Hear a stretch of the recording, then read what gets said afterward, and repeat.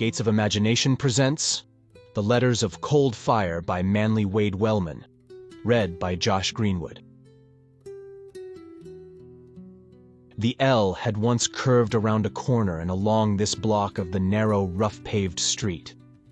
Since it had been taken up, the tenements on either side seemed like dissipated old vagabonds, ready to collapse without the support of that scaffolding. Between two such buildings of time-dulled red brick sagged a third, its brickwork thickly coated with cheap yellow paint that might well be the only thing holding it together. The lower story was taken up by the dingiest of hand laundries, and a side door led to the lodgings above. Rowley Thorne addressed a shabby, dull-eyed landlord in a language both of them knew. "Cavett Leslie is," he began. The landlord shook his head slowly. "Does not leave his bed. The doctor sees him twice a day. Told me there was no hope, but Cavett Leslie won't go to a hospital. Thanks." And Thorne turned to the door. His big hand was on the knob, its fingertips hooked over the edge. He was a figure inordinately bulky but hard, like a barrel on legs. His head was bald, and his nose hooked, making him look like a wise, wicked eagle. "Tell him," he requested, "that a friend was coming to see him." "I never talked to him," said the landlord, and Thorne bowed and left, closing the door behind him. Outside the door he listened. The landlord had gone back into his own dim quarters. Thorne at once tried the knob. The door opened, for in leaving he had taken off the night lock. He stole through the windowless vestibule and mounted stairs so narrow that Thorne's shoulders touched both walls at once. The place had that old-clothes smell of New York's ancient slum houses. From such rookeries, the 5 Points and Dead Rabbits gangsters had issued to their joyous gang wars of old. Hoodlums had thronged to the draft riots of 1863 and the protest against Macready's performance of Macbeth at Astor Place Opera House. The hallway above was as narrow as the stairs, and darker, but Thorne knew the way to the door he sought. It opened readily, for its lock was long out of order. The room was more a cell than a room. The plaster, painted a dirt-disguising green, fell away in flakes. Filth and cobwebs clogged the one backward-looking window. The man on the shabby cot stirred, sighed, and turned his thin, fungus-white face toward the door. "Who's there?" he quavered wearily. Rowley Thorne knelt quickly beside him, bending close like a bird of prey above a carcass. "You were Cavett Leslie," he said. "Try to remember." A thin twig of a hand crept from under the ragged quilt. It rubbed over closed eyes. "Forbidden," croaked the man. "I'm forbidden to remember. I forget all, but... The voice trailed off, then finished with an effort. "My lessons. You were Cavett Leslie. I am Rowley Thorne." "Rowley Thorne!" The voice was stronger, quicker. "That name will be great in hell." "It will be great on earth," pronounced Rowley Thorne earnestly. "I came to get your book. Give it to me, Leslie. It's worth both our lives, and more." "Don't call me Leslie. I've forgotten Leslie. Since you studied in the deep school," Thorne finished for him. "I know. You have the book. It is given to all who finish the studies there." "Few finish," moaned the man on the cot. "Many begin, few finish." "The school is beneath ground," Thorne said, as if prompting him. "Remember." "Yes, beneath ground. No light must come. It would destroy what is taught. Once there, the scholar remains until he has been taught, or goes away in the dark." "The schoolbook has letters of cold fire," prompted Thorne. "Letters of cold fire," echoed the thin voice. "They may be read in the dark. Once a day, a trap opens, and a hand shaggy with dark hairs thrusts in food. I finished. I was in that school for 7 years, or 100. He broke off, whimpering. Who can say how long? "Give me your book," insisted Thorne. It is here somewhere. The man who would not be called Cave Leslie rose on an elbow. It was a mighty effort for his fleshless body. He still held his eyes tight shut, but turned his face to Thorne's. How do you know? It's my business to know. I say certain spells, and certain voices whisper back. They cannot give me the wisdom I seek, but they say that it is in your book. Give me the book. Not even to you, Rowley Thorne. You are of the kidney of the deep school. But the book is only for those who study in buried darkness for years. For years. The book! Said Thorne sharply. His big hand closed on the bony shoulder. His finger ends probed knowingly for a nerve center. The man who had been in the deep school wailed, You hurt me! I came for the book. I'll have it. I'll call on spirits to protect me. Topta. What else he may have said was muddled into a moan as Thorne shifted his hand to clamp over the trembling mouth. He prisoned the skinny jaw as a hostler with a horse, and shoved Cavett Leslie's head down against the mattress. With his other thumb, he pried up an eyelid. Convulsively, the tormented one freed his mouth for a moment. "Oh," he whined. "Don't make me see the light. Not after so many years. The book. If you'll give it up, hold up a finger." A hand trembled, closed, all but the forefinger. Thorne released his grip. "Where?" "In the mattress." At once, and with all his strength, Thorne chopped down with the hard edge of his hand, full at the bobbing, trembling throat.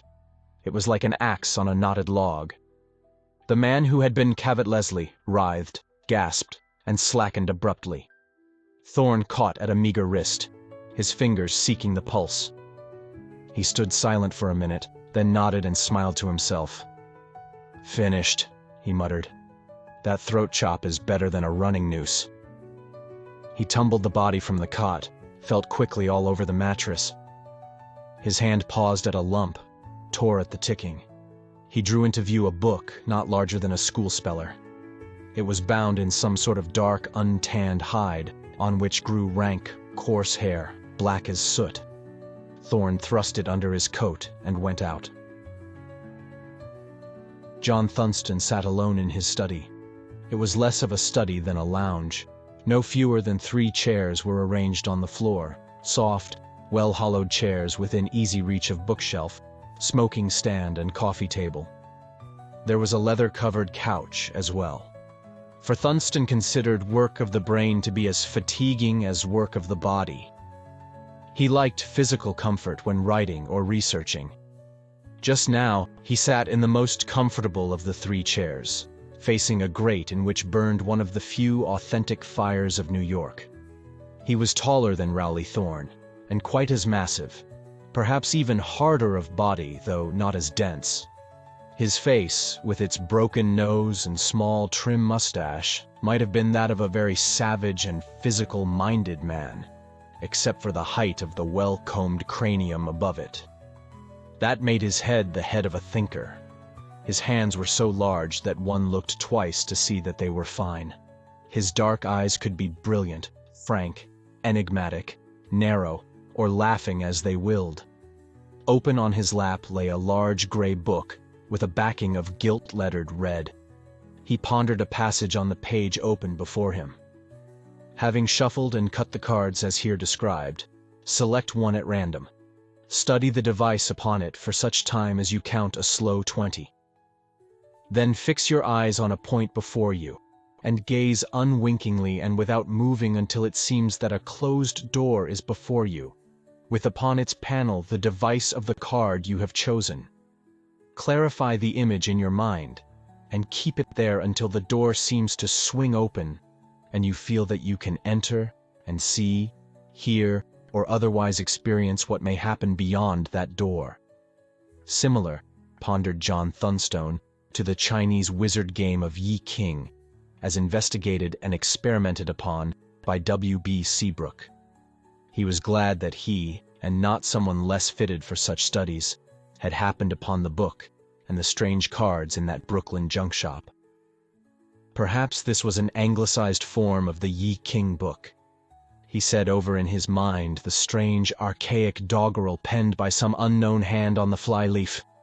"This book is mine with many more of evilness and dismal lore, that I may of the devil know and school myself to work him woe. Such lore Saint Dunstan also read, so that the cross hath firmer stead. My path with honour aye hath been, no better is than that, I ween." Who had written it? What had befallen him, that he sold his strange book in a second-hand store? Perhaps, if the spell would open a spirit door, Thunstone would know. He cut the cards on the stand beside him.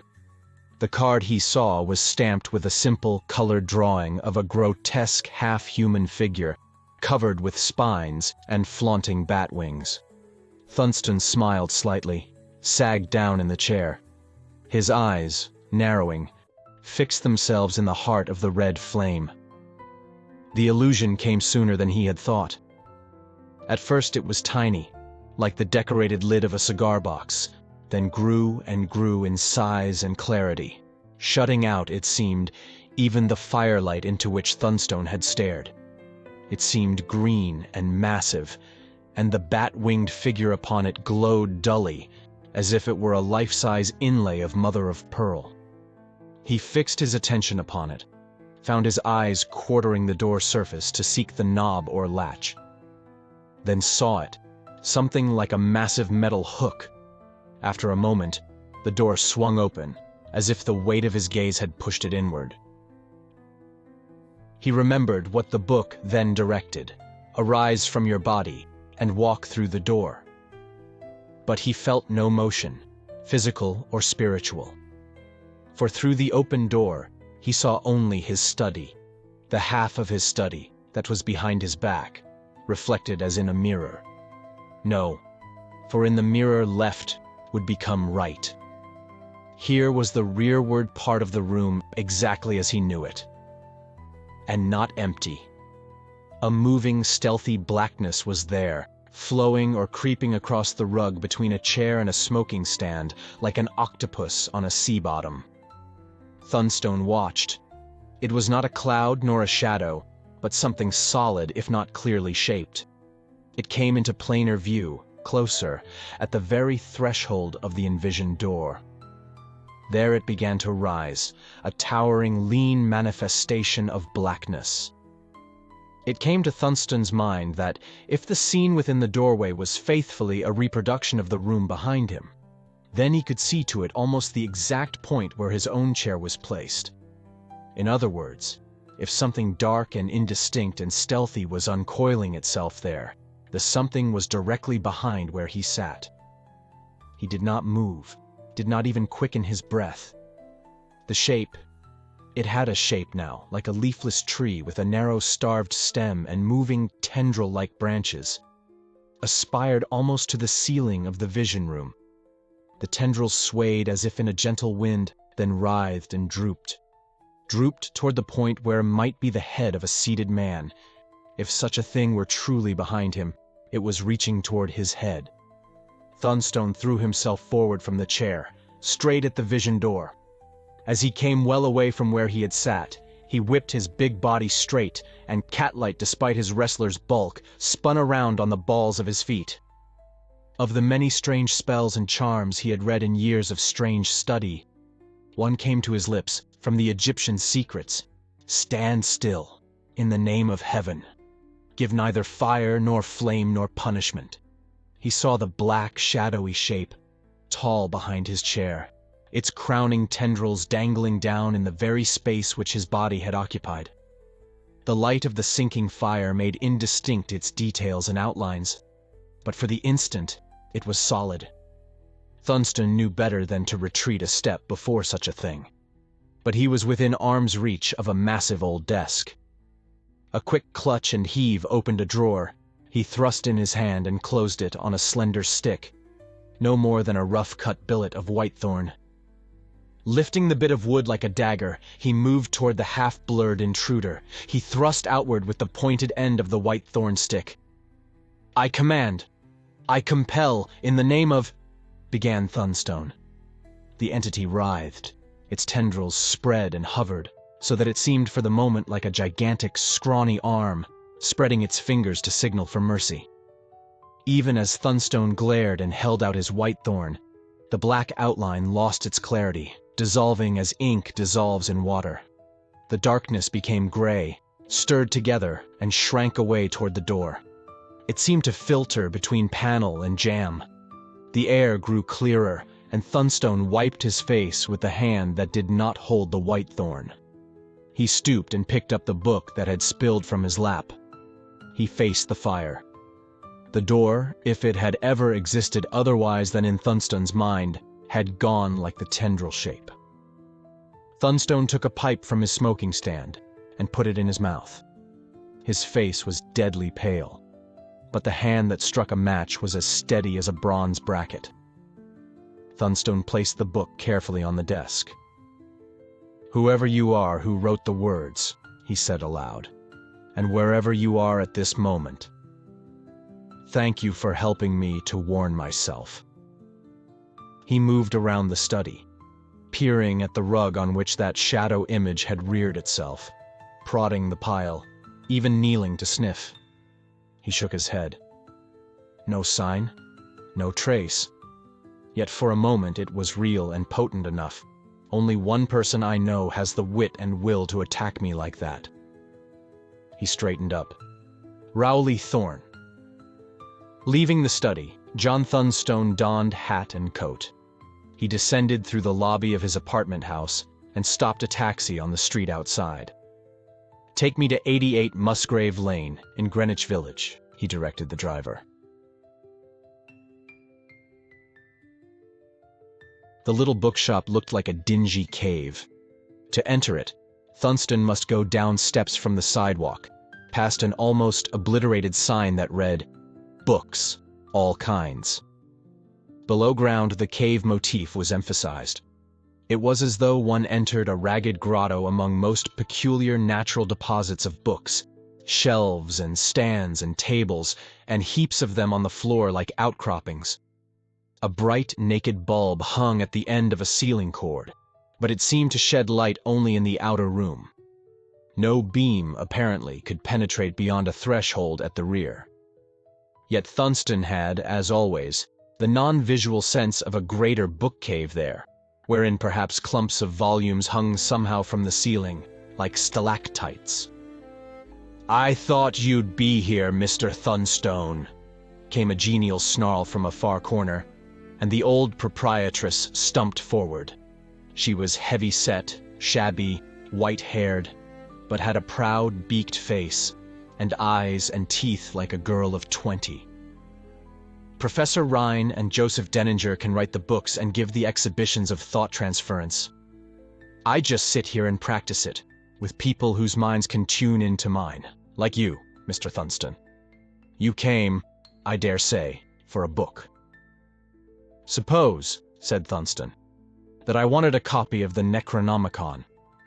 "Suppose," rejoined the old woman, "that I gave it to you?" She turned to a shelf, pulled several books out, and poked her withered hand into the recess behind. "Nobody else that I know would be able to look into the Necronomicon without getting into trouble. To anyone else, the price would be prohibitive. To you, Mr. Leave that book where it is," he bade her sharply. She glanced up with her bright, youthful eyes, slid the volumes back into their place, and turned to wait for what he would say. "I knew you had it," said Thunstone. "I wanted to be sure that you still had it, and that you would keep it." "I'll keep it, unless you ever want it," promised the old woman. "Does Rowley Thorne ever come here?" "Thorne? The man like a burly old bald eagle? Not for months. He hasn't the money to pay the prices I'd ask him for even cheap reprints of Albertus Magnus." "Goodbye, Mrs. Harlan," said Thunstone. "You're very kind." "So are you kind," said the old woman, "to me and to countless others. When you die, Mr. Thunstone, and may it be long ever from now, a whole generation will pray your soul into glory. Could I say something?" "Please do." He paused in the act of going. Thorne came here once to ask me a favor. It was about a poor, sick man who lives, if you can call it living, in a tenement across town. His name was Cavett Leslie, and Thorne said he would authorize me to pay any price for a book Cavett Leslie had. Not the Necronomicon? Prompted Thunstone. Her white head shook. Thorne asked for the Necronomicon the day before, and I said I hadn't one to sell him, which was the truth. I had it in mind that he thought Cavett Leslie's book might be a substitute. The name of Leslie's book. She crinkled her face until it looked like a wise walnut. He said it had no name. I was to say to Leslie, "Your school book." Hummed Thunstone, frowning. What was the address? She wrote it on a bit of paper. Thunstone took it and smiled down. Goodbye again, Mrs. Harlan. Some books must be kept in existence, I know, despite their danger. My sort of scholarship needs them. But you're the best and wisest person to keep them. She stared after him for moments, following his departure. A black cat came silently forth and rubbed its head against her. If I was really to do magic with these books, she told the animal, I'd cut years off my age and rake John Thunstone clear away from that Countess Montesecco, who will never, never do him justice. There was not much to learn at the place where Cavett Leslie had kept his poor lodgings. The landlord could not understand English, and Thunstone had to try 2 other languages before he learned that Leslie had been ill, had been under treatment by a charity physician, and had died earlier that day, apparently from some sort of throttling spasm. For $1, Thunstone gained permission to visit the squalid death chamber. The body was gone, and Thunstone probed into every corner of the room. He found the ripped mattress, pulled away the flap of ticking, and studied the rectangular recess among the wads of ancient padding.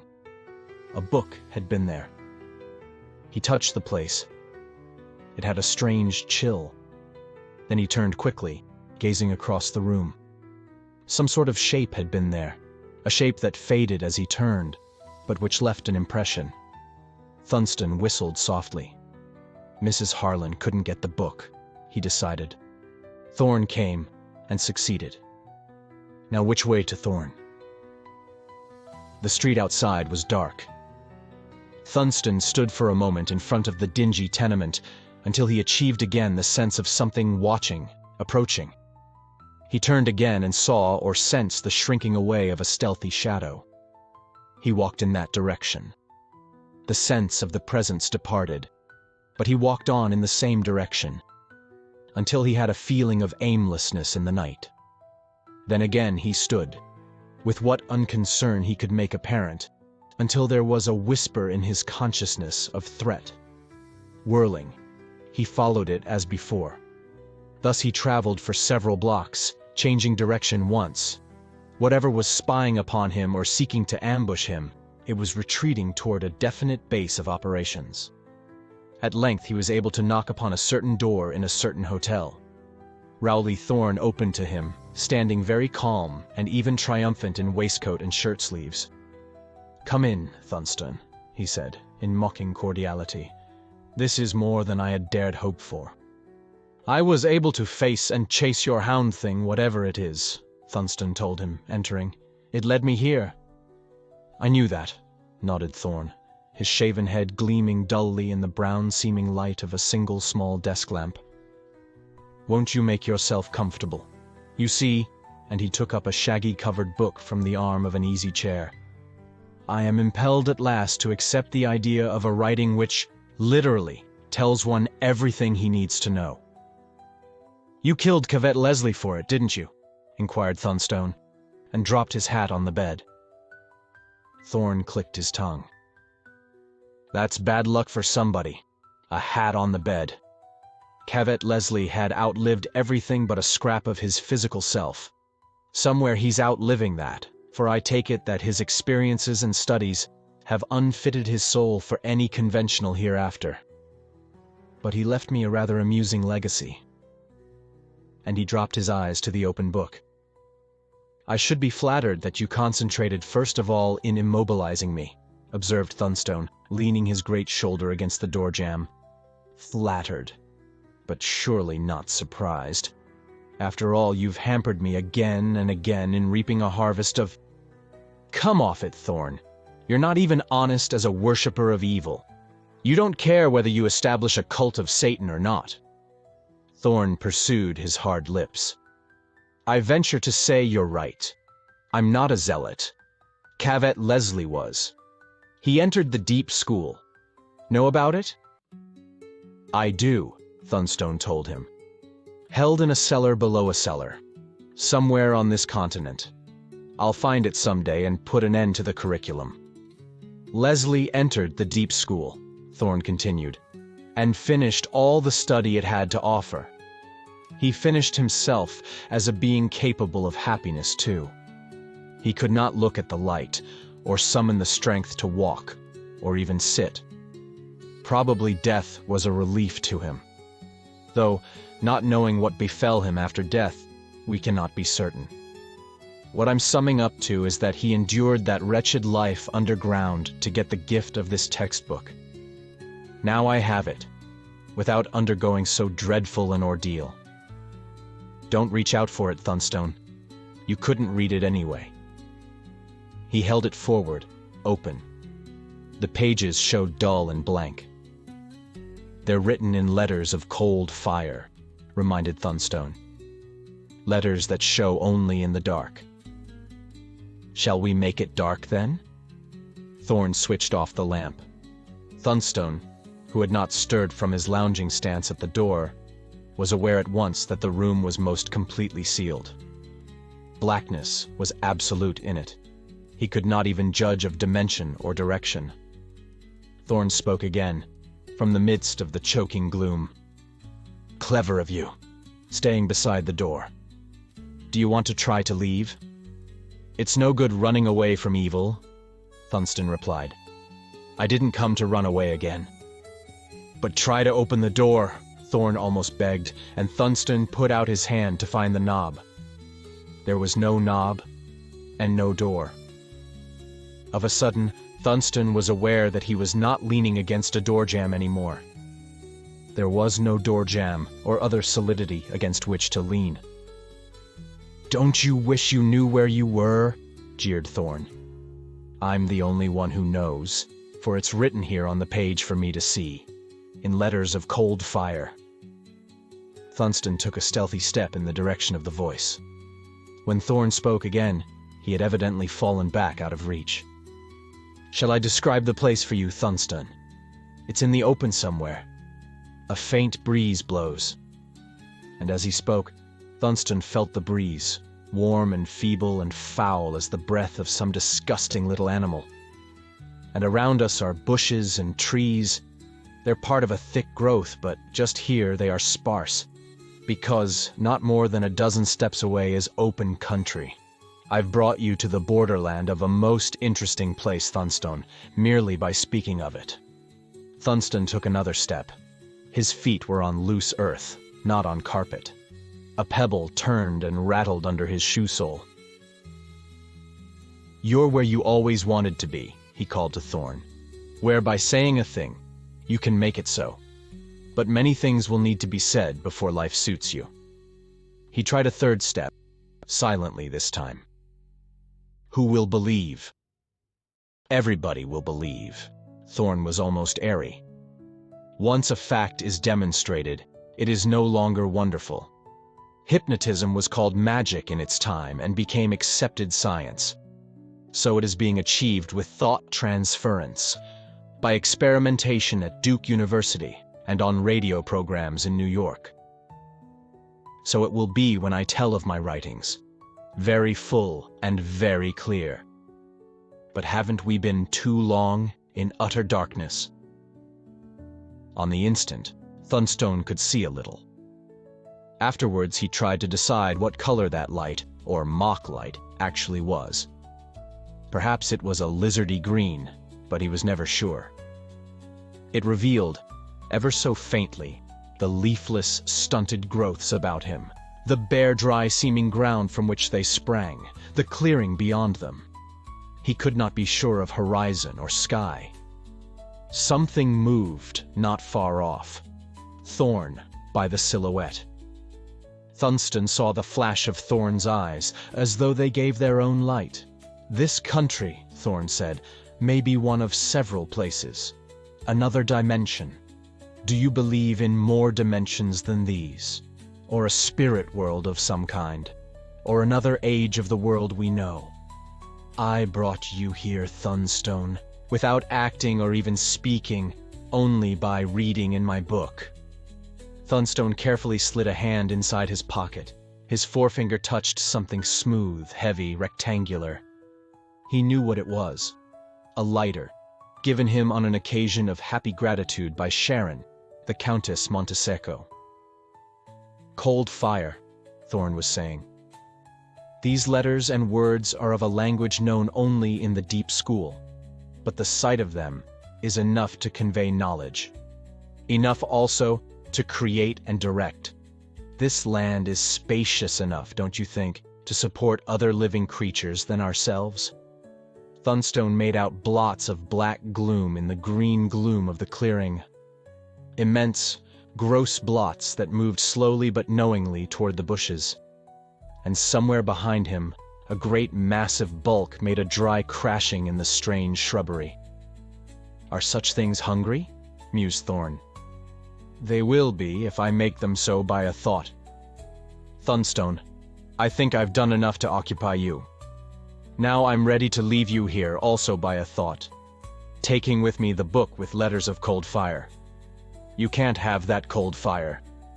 "I have warm fire," said Thunstone, and threw himself. It was a powerful lunge, unthinkably swift. Thunstone is, among other things, a trained athlete. His big body crashed against Thorne's, and the two of them grappled and went sprawling among the brittle twigs of one of the bushes. As Thorne fell, undermost, he flung up the hand that held the book, as if to put it out of Thunstone's reach.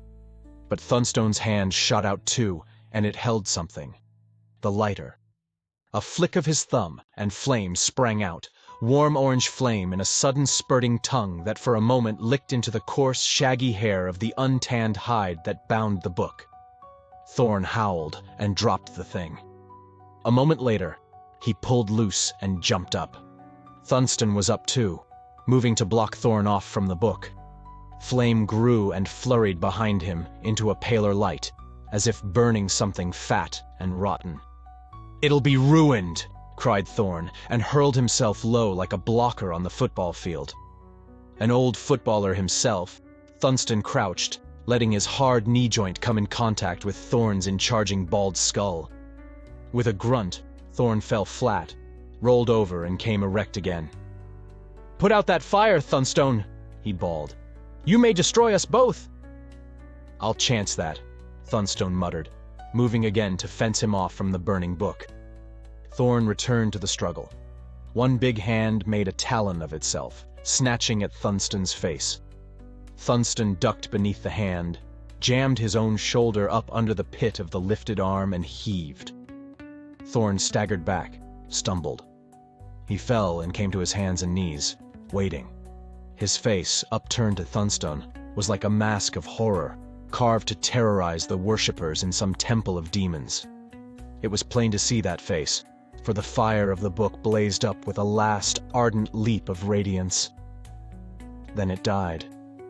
Thunstone, taking time to glance, saw only glowing, charred fragments of leaves, and ground them with a quick thrust of his heel. Darkness again, without even the green mock light. Thunstone felt no breeze, heard no noise of swaying bushes or stealthy, ponderous shape movement. He could not even hear Thorne's breathing. He took a step sidewise, groping. His hand found a desk edge, then the standard of a small lamp. He found a switch and pressed it. Again he was in Thorne's hotel room, and Thorne was groggily rising to his feet. When Thorne had cleared his head by shaking it, Thunstone had taken a sheaf of papers from the desk and was glancing quickly through them. "Suppose," he said, gently but loftily, that we call the whole thing a little trick of imagination. If you call it that, you will be lying, Thorne said between set teeth on which blood was smeared. A lie told in a good cause is the whitest of lies. This writing would be a document of interest if it would convince. The book, muttered Thorne. The book would convince. I whisked you to a land beyond imagination, with only a grain of the power that book held. What book? Inquired Thunstone. He looked around. There's no book. You set it afire. It burned, in that place where we fought. Its ashes remain while we come back here because its power is gone. Thunstone glanced down at the papers he had picked up. Why talk of burning things? I wouldn't burn this set of notes for anything. It will attract other attentions than mine. His eyes rose to fix Thorne's. Well, you fought me again, Thorne, and I turned you back. He who fights and runs away. Rowley Thorne found the strength to laugh. You know the rest, Thunstone. You have to let me run away this time, and at our next fight I'll know better how to deal with you. You shan't run away, said Thunstone. He put a cigarette in his mouth and kindled it with the lighter he still held in his hand. Thorne hooked his heavy thumbs in his vest. You'll stop me? I think not. Because we're back in conventional lands, Thunstone. If you lay hands on me again, it'll be a fight to the death.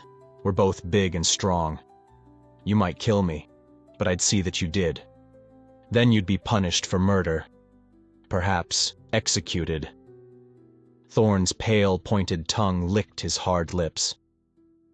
Nobody would believe you if you tried to explain. No, nobody would believe, agreed Thunstone gently. That's why I'm leaving you to do the explaining. I, cried Thorne, and laughed again. Explain what? To whom? On the way here, said Thunstone, I made a plan. In the lobby downstairs, I telephoned for someone to follow me. No, not the police. A doctor. This will be the doctor now. A slim, gray-eyed man was coming in. Behind him moved two blocky, watchful attendants in white jackets. Silently, Thunstone handed the doctor the papers that he had taken from the desk. The doctor looked at the first page, then the second. His gray eyes brightened with professional interest. Finally, he approached Thorne. Are you the gentleman Mr. Thunstone asked me to see? He inquired. Yes, you look rather weary and overwrought. Perhaps a rest, with nothing to bother you. Thorne's face writhed. You dare to suggest! He made a threatening gesture, but subsided as the two white-coated men moved toward him from either side. You're insolent, he went on more quietly. I'm no more crazy than you are. Of course not, agreed the doctor. He looked at the notes again, grunted, folded the sheets and stowed them carefully in an inside pocket. Thunstone gave a little nod of general farewell, took his hat from the bed, and strolled carelessly out. Of course you're not crazy, said the doctor again. Only tired. Now, if you'll answer a question or two. What questions? Blazed Thorne. Well, is it true that you believe you can summon spirits and work miracles merely by exerting your mind? Thorne's wrath exploded hysterically. You'd soon see what I could do if I had that book. What book? Thunstone destroyed it, burned it. Oh, please, begged the doctor good-naturedly. You're talking about John Thunstone, you know. There isn't any book. There never was a book. You need a rest, I tell you. Come along. Thorne howled like a beast and clutched at his tormentor. The doctor moved smoothly out of reach. Bring him to the car, said the doctor to the two men in white coats. At once they slid into close quarters, each clutching one of Thorne's arms. He snarled and struggled, but the men, with practiced skill, clamped and twisted his wrists. Subdued, he walked out between them, because he must. Thunstone and the Countess Montesecco were having cocktails at their favorite rear table in a 47th Street restaurant. They were known and liked there, and not even a waiter would disturb them unless signaled for. Tell me, said the Countess, What sort of fantastic danger were you tackling last night?" "I was in no danger," John Thunstone smiled. "But I know you were.